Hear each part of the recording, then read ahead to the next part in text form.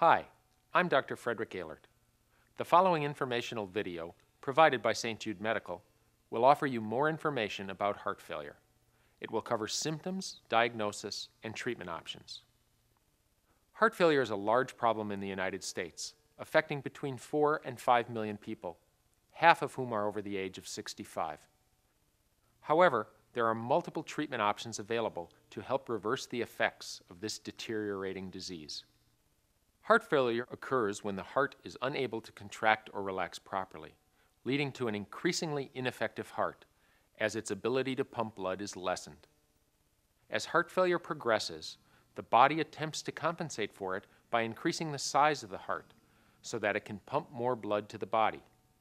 This is also called remodeling. While the remodeled, enlarged heart initially pumps more blood, it eventually requires more oxygen than is available, resulting in further damage and decreased pumping efficiency. In addition, heart failure can keep the kidneys from adequately ridding the body of fluids. Heart failure has many causes. Coronary artery disease affects about 50% of patients who suffer from heart failure.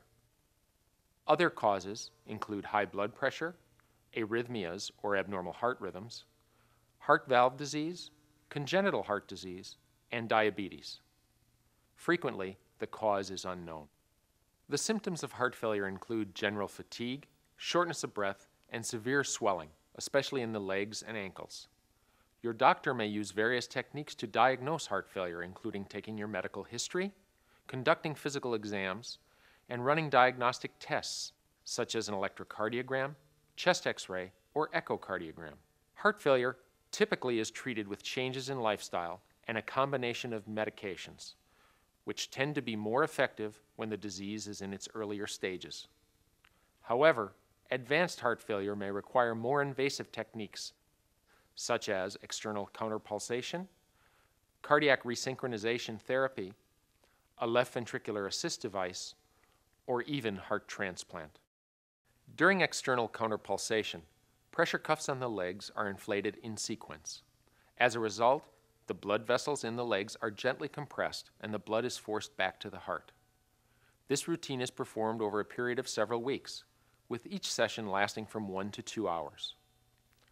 Cardiac resynchronization therapy, or CRT, delivers electrical impulses to the heart's 2 lower chambers and one of the heart's upper chambers.